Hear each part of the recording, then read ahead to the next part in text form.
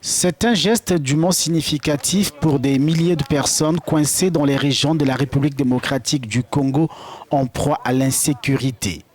L'ouverture mercredi de la frontière avec l'Ouganda. Elle permet à ces populations de se mettre à l'abri dans ce pays.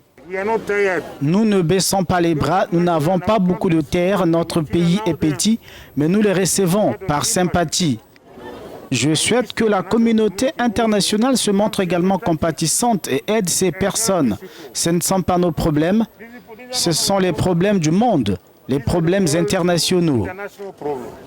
L'Agence des Nations Unies pour les réfugiés a déclaré qu'elle travaillait avec le gouvernement ougandais et ses partenaires pour s'assurer que l'aide humanitaire, y compris la nourriture et les abris, soit mise à la disposition de ces infortunés. Des dispositions sécuritaires ainsi que des mesures contre le coronavirus sont aussi à l'ordre du jour. Nous assurons bien sûr l'hébergement, le dépistage du corona, mais comme vous le savez, il s'agit d'une urgence très particulière. C'est la première fois que des personnes traversent au milieu d'une situation de Covid. Vous devez faire preuve d'intelligence pour tout mettre en place, contrôler la sécurité, le corona et Ebola. Après un premier filtrage, les demandeurs d'asile seront transportés par le HCR vers un centre de quarantaine institutionnel situé à 13 km de la frontière.